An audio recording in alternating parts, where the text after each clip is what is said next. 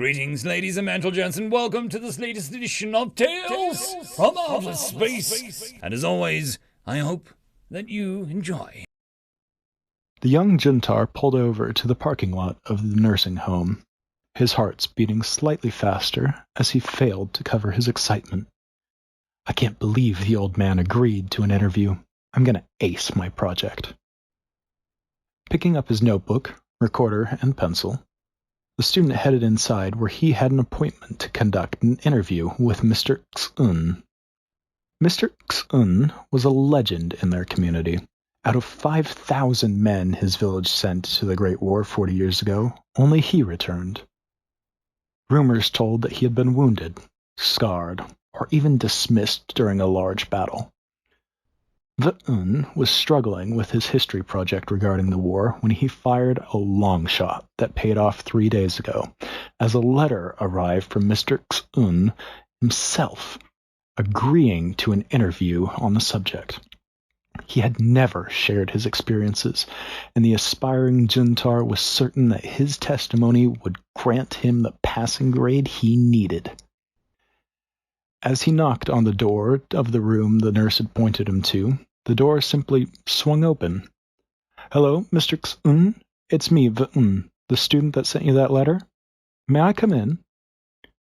Inside the room, sitting on a rocking chair facing the window, an old man sat alone, his gaze lost amid the autumn leaves.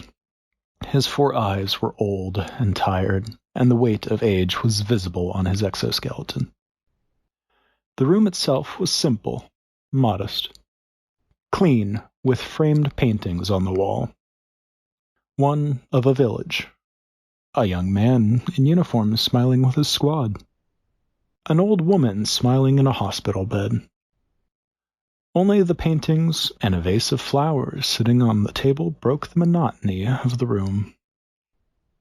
Without even moving his head or paying any attention to the newcomer, the aged veteran spoke with a calm, scratched voice.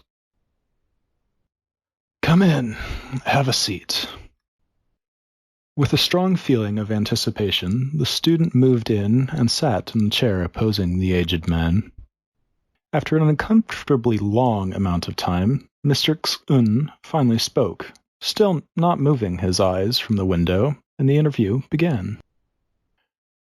With the recorder working and the swift pencil taking note after note, Xun asked question after question, and Mr. Xun answered, never moving his head or his eyes. Name, age, date of deployment, motive, experiences, comrades, lessons, small and big questions. Xun conducted a thorough interview and was delighted as he recorded honest answer after answer. Can't wait to see Mrs. Han's face when I show her this. Eventually, however, Xun asked a question that would change the course of that interview. "If it's not too inconvenient, can you tell me the worst experience you had in the war?" Silence fell upon the room, and the student was afraid he had pushed too far, until the veteran uttered, almost a whisper, "Terrograd." Terrograd? The human colony on Roshna 4? The one with the famous siege? What made it so bad? The orbital bombardment? The shelling? The snipers? The humans. The humans? Questioned Xun. Weren't they our allies? You mean the merchants that are known for being peaceful, good diplomats, and better friends? Those. Now listen well, young man. I'm about to tell you the reason no one speaks of Terrograd. I was posted there on R&R after our latest assignment at the Battle of the Brog. We were supposed to be resting when that damned fleet showed up and laid siege to the colony. The only reason they didn't bomb us all to infinity was because of the shield system and because they wanted the Xenocore, the information banks to the central computer. But we did our jobs, and the defenses held, so the Karshir resorted to a siege. Time was on their side. Things were peaceful for a while, with the occasional shelling and missile. But otherwise, we were fine. But as time stretched, so did our supplies. As the winter set in, the commander installed a rationing system. Full ration for military personnel, 3/4 ration for civilians. We expected a relief force any moment now, perhaps even this week. But a week became a month, and a month became a year, and our food storages were always shrinking. By the end of the year, military was reduced to 3/5 of a ration, and civilians were to 1/3. Hunger became starvation. The civilian population was mostly composed of humans, and the way they got their minds off the constant hunger and cold was remarkable. Most fit men applied to the army, hoping to get food. Some started producing ammo and repairing vehicles in exchange for rations. Some played games, and some told stories, whereas the Juntar would commit suicide to escape the hunger. Humans just grasped their aching stomachs and carried on. They attempted hunting raids, they planted vegetable gardens, or just kept themselves busy to ward off the hunger. By the end of our second year, we started getting strange reports. Pets missing, rat bones scattered over the city, that sort of thing. It didn't take long to figure out what was going on, even after surviving without food far longer than any other species could. Even the humans fell to starvation. I'm afraid of the planet that imbued them with these instincts, for the things that they did out of hungry desperation. They were eating everything. Pets, rats, bugs, grass, trees. Some even gnawed metal plates. The situation was getting incredibly dire. There wasn't any more food in the city. I was on patrol one day when I heard a noise coming from an alley. I decided to investigate, and the moment I turned on my flashlight, what I saw would never leave me ever again. A woman, human, completely starved to the brink. It was horrible. You could count her bones. You could see them through the skin. So wrinkled and caving into her face. Turns out human bodies will, in extreme circumstances, digest themselves.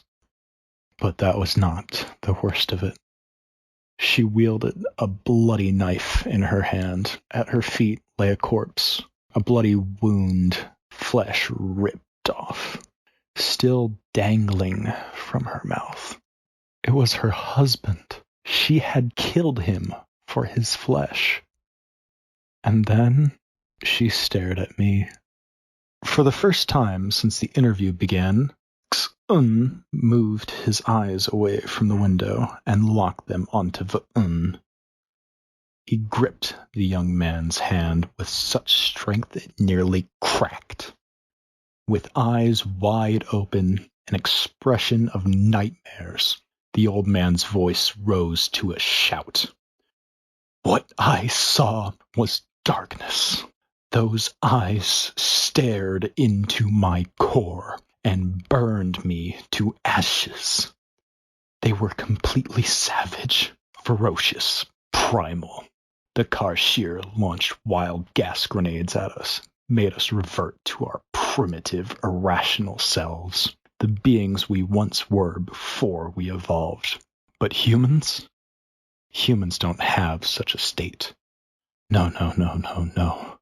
Humans are far worse. They go primal. Behind those kind, peaceful souls, there is a darkness locked deep down. A darkness that comes out during desperate times. Times such as starvation, that primal hunger. It is infinitely worse than our primitive state. for they retain their rational mind. However, all that intellect, all that creativity, all those skills and capabilities, their only focus now is to do anything to survive. Kill, maim, hunt. I stared into that darkness, and it consumed me. I saw millennia of survival on a death world. Hunters, cruelty, savagery, cannibalism. A peaceful species turned into the ultimate predator for the sake of survival. Brushing catastrophic wounds aside, ignoring pain and suffering, chasing prey for hours on end, feet turned to bloody pulps, intent only on the kill. When faced with a primal hunger, humans unleash their darkness. Their instincts kept locked away behind civilization and a love for peace. But when they break out, a monster emerges, ready to do what it takes to survive. What tales do they tell home of my story? A brave warrior wounded in combat? A rogue soldier sent home? Lies. I survived landing at Kraumaha Beach. I endured the fight in the jungles of Inversia. I alone endured the sands of El Alamein. It wasn't any of those that broke me. Go home, boy, and tell them the truth. I stared into the abyss, and the abyss stared right back. It had human eyes, and it was hungry. The algorithm reckons you should be watching this video next, and I recommend that you should be always watching my video. So, click with energy! And yes, clicking that does help the channel. Thank you very much. I just want to quickly thank the T5 channel members and patrons. Alithia, Barky, Trygan95, Beautycure, Meridian117, Cam Maxwell, Casper Arnholt, Jordan Bucksborn, Angry Marine, Albard and Gusta, Savage Patch Papa, and Arcadian.